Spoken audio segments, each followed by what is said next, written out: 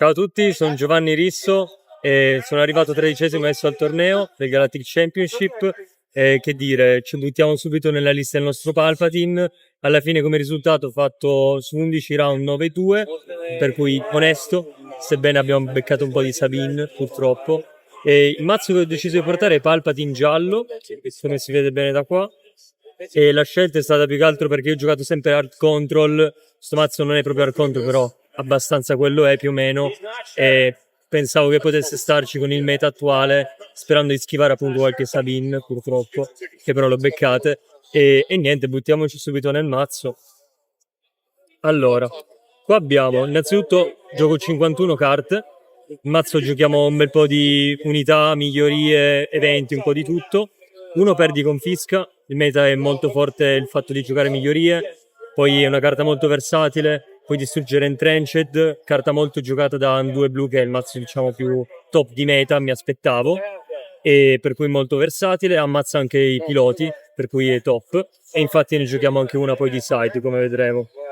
Poi 3 perdi McClunky, che è carta perfetta in questo mazzo in cui giochiamo un sacco di unità a bassi fondi, permette appunto di rimbalzare pezzo, dare 3 danni, quindi permette insomma di chiudere un po' di trade, un po' di danni, soprattutto grazie a Palpatine che pinga sempre danno e ci fa pescare come abilità.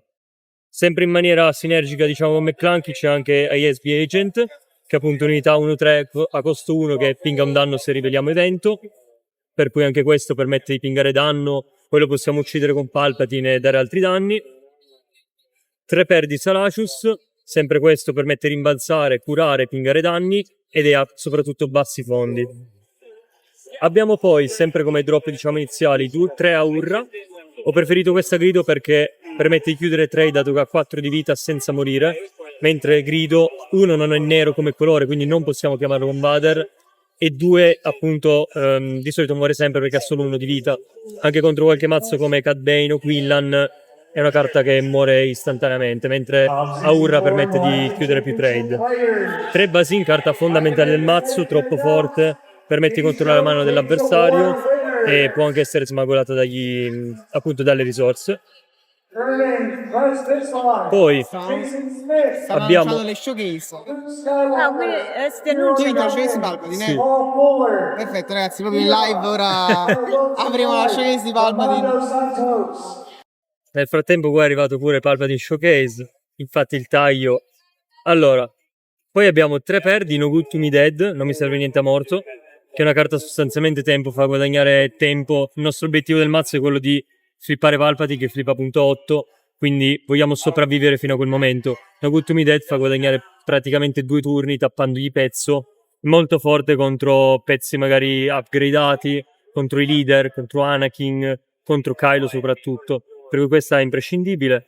1 perdi Sneak Attack, carta fondamentale per chiudere qualche partita o fare giocate un po' esotiche tipo Sneak Attack su tecnico di T1 piuttosto che sul camminatore per curarsi di 6, per così entra e in più attacchiamo anche, per chiudere le partite di 10 danni di Devastator, o anche solo, l'ho fatto molte volte, Sneak Attack sul 4-4 che vedremo meglio dopo, sono gli ultimi 4 danni di solito per chiudere anche lì le partite.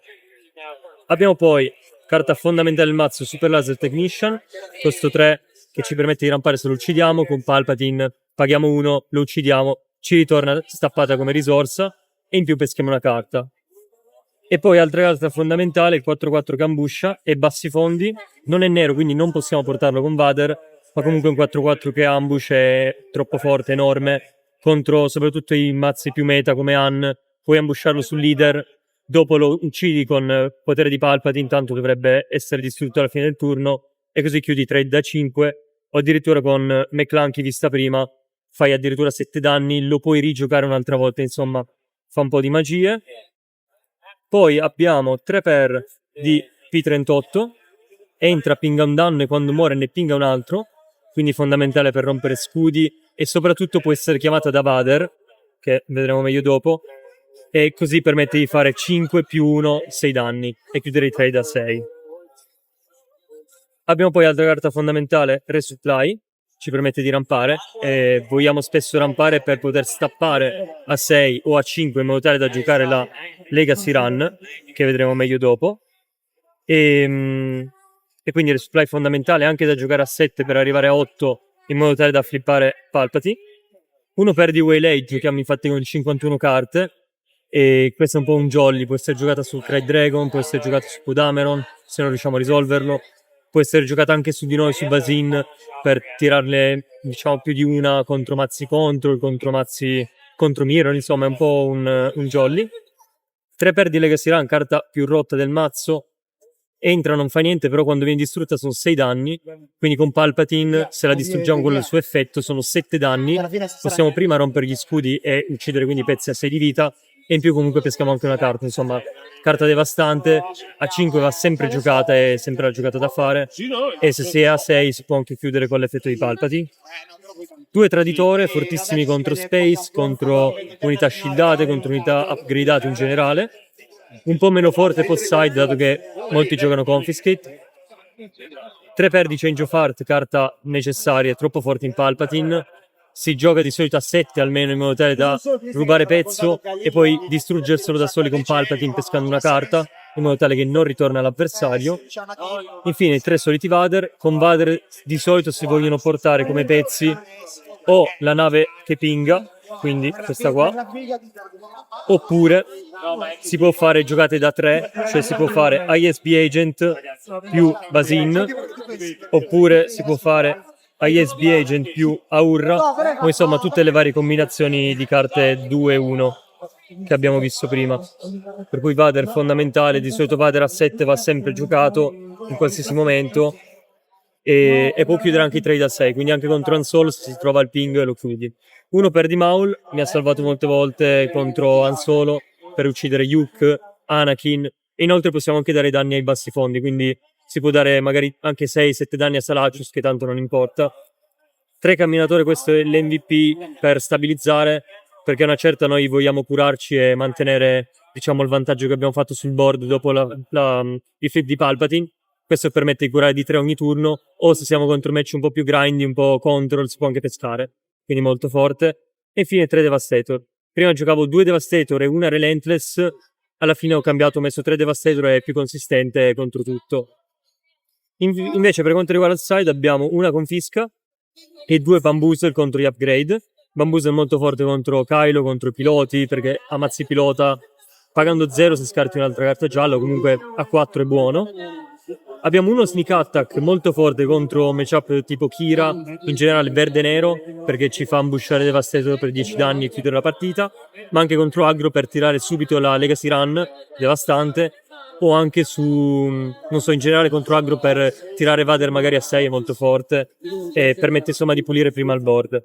2 Feld Dragon contro i Cry Dragon, che giocavano tutti in 3 per nell'Han Solo 2 blu, ma anche quello verde lo giocano tutti in 3 per, e con questo almeno si può flippare prima Palpatine in tranquillità e poi si chiude il drago soltanto ricevendo 4 danni, che è molto poco, perché con Change of Heart se ne prendono 6 o con altre giocate di più. 2 Palpatine Return, fortissimi contro i matchup così un po' grindy tipo Han 2 post side, contro Mirror, contro Hard Control, contro i discard perché prendiamo dagli scarti, quindi molto forte. 2 Relentless, si potevano anche giocare soltanto una in questo torneo effettivamente, a posteriori sono tutti bravi, però questa qua permette di andare molto tranquilli contro Hard Control, contro chi gioca eventi, insomma. E niente, questo è il mazzo, ovviamente l'idea non è mia, ma shout out to Edo e to Valerio, che hanno fatto il mazzo. Io ho cercato un po' di copiare, prendendo quello che mi sembrava il meglio dall'uno e dall'altro, e ho fatto un po' un mix, però l'idea è soprattutto loro, per cui grandi loro soprattutto. E niente, questo è tutto. Ciao ciao!